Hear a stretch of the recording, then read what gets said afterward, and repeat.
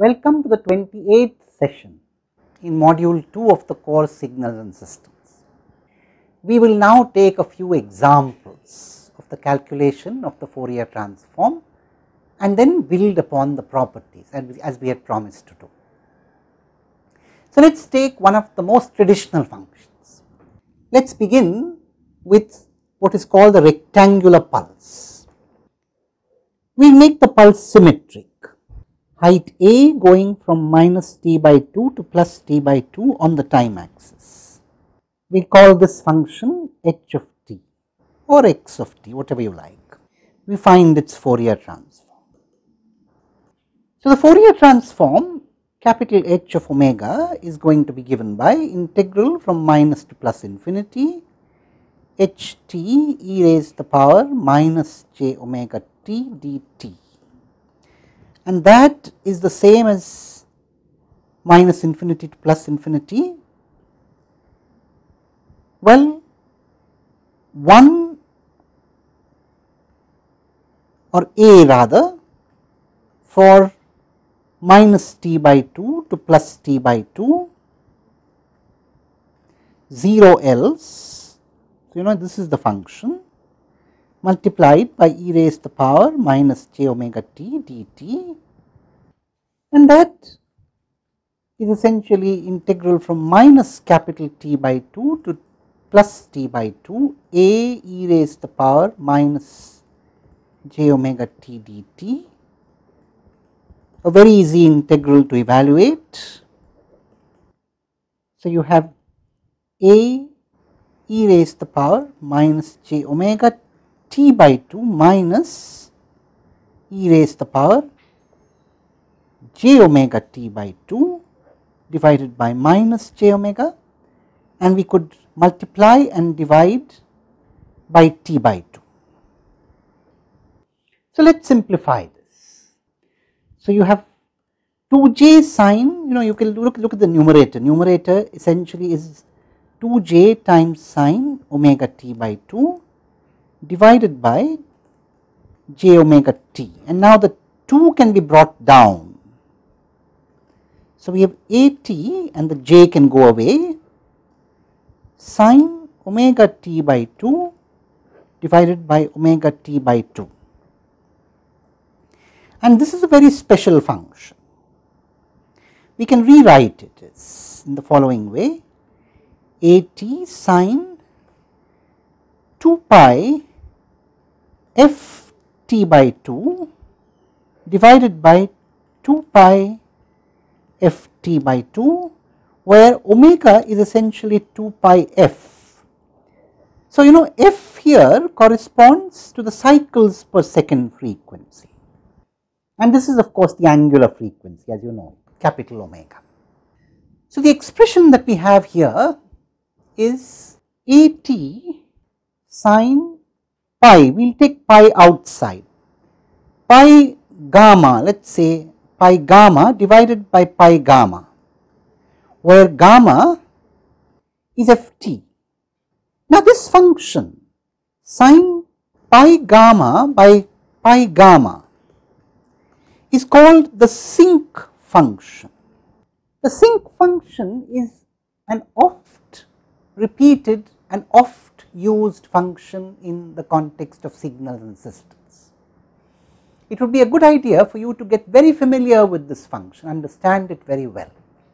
Let us sketch this function now. So, this is how the function would look as a function of gamma. You can see that this will tend to 1 as gamma tends to 0, and it would have nulls at every integer. So, at 1, at 2, at 3 and so on. The function is also even. So, as you see, the function decays in its oscillation as gamma increases, both on the positive side of gamma and on the negative side of gamma. At every integer it has a null or a 0. At gamma equal to 0 it takes the maximum magnitude of 1, and subsequently the magnitude only keeps going down.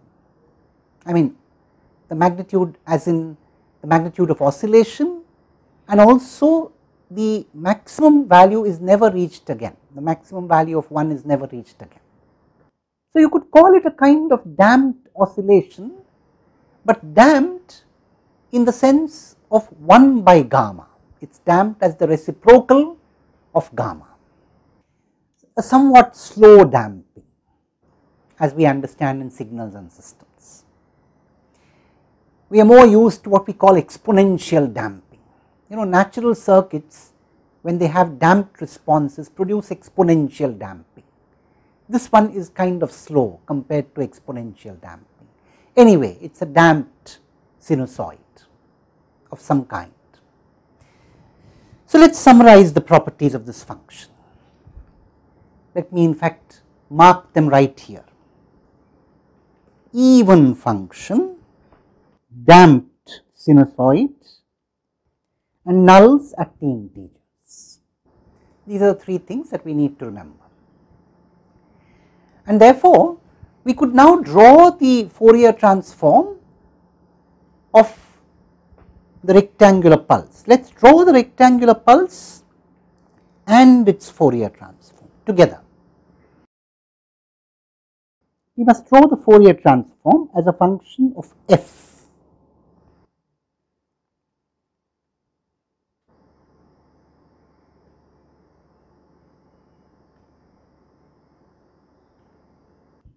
So, we have its Fourier transform h of omega or h of 2 pi f, if you want to call it that.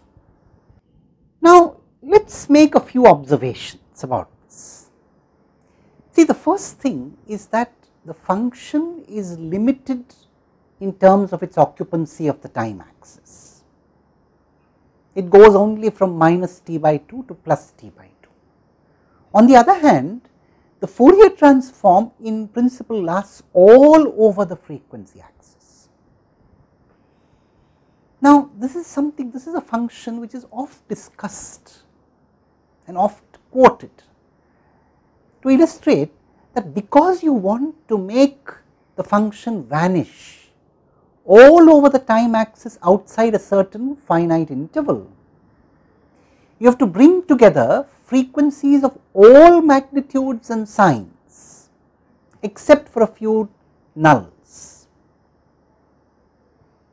Note that frequencies of all magnitudes and signs, f going from 0 to plus infinity and also f going from 0 to minus infinity, except for the points where there are nulls. Those frequencies are not required. All these frequencies need to come together in appropriate amplitude to form this rectangular pulse. Now, the beauty is h of omega or h of f is potentially a complex number, but here the Fourier transform turns out to be real. That means the phase is either 0 or pi. If it is negative, the phase is pi. If it is positive, the phase is 0. So, look at the Fourier transform here. The Fourier transform has a phase of 0 here and a phase of pi here, and of course, a phase of 0 here, pi here, and so on. What is more, if we look at the Fourier transform itself, let us see how it varies as t varies with varying t. So, let me draw one for a certain t and then let me halve the t. Let us see what happens with a certain t. And now, on the same graph, I will show what happens when I halve the t. If t is halved, this frequency is doubled. So, this moves here. Moreover, this now becomes at by 2.